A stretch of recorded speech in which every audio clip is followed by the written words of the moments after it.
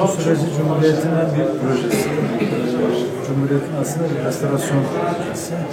Bu bakımdan çok önemli bir çözüm süreciyle ilgili yaklaşık bir yılı geçkin bir süredir hükümetin HDP tarafından önemli çalışmalar, temaslar bildiğiniz gibi.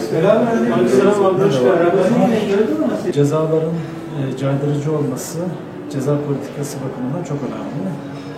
Öyle anlaşılıyor ki cezalarla ilgili bir ağırlaştırma sürecine gitmesi gerekecek Türkiye'de. Sanıyorum biraz bunun üzerinde çalışmak gerekiyor. Doğrusu bizim de bir takım duyumlarımız var.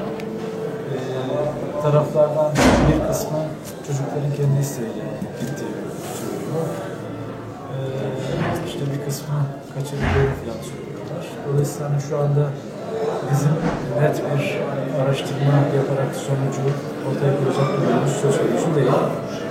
Ama bu özellikle bu varis sürecinden bu yana daha dönük bir ilginin olduğunu biz de biliyoruz ve doğrusu biraz nostaljik bir şey, gençlik arayışı gibi. Tabii sorun iyi araştırma.